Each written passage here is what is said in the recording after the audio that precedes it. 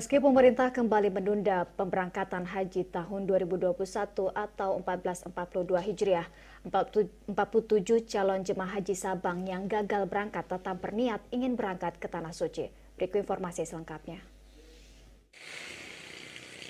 Pemberangkatan haji tahun ini kembali ditunda. Kementerian Agama kembali menunda pemberangkatan jemaah haji dengan alasan kondisi pandemi yang belum mereda.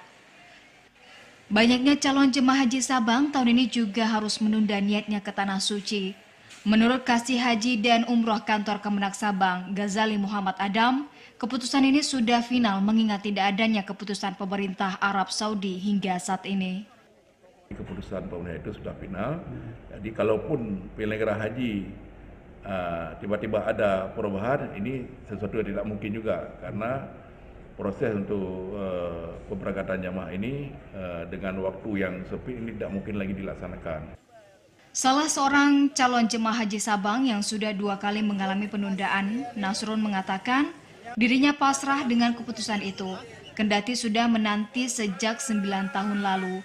Pada tahun 2011 lalu ia berencana berangkat bersama sang istri, namun sang istri mengalami sakit dan tidak dapat berangkat. Asa terbuka tahun ini namun kembali pupus. Memang terasanya memang perasaan kita terasa sedih lah ya kan. Saya kalau ingat itu terus merinding mulut tangan saya. Sedih karena ya kita sedih pun yang bilang apa kita, karena bukan kemauan dari pemerintah kita, bukan karena kemauan kehendak dari pemerintah kita, memang situasinya yang menghendaki begini. Ia berharap situasi ini tetap pulih sedia kala, sembari terus berdoa agar ada keputusan yang baik pada tahun depan.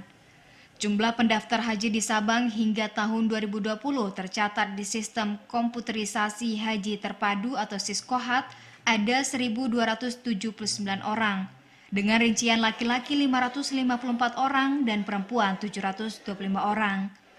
Sedangkan rentan waktu tahun 2020 hingga Mei 2021 ini ada penambahan sekitar 150-an pendaftar dengan masa tunggu sekitar 9 hingga 10 tahun.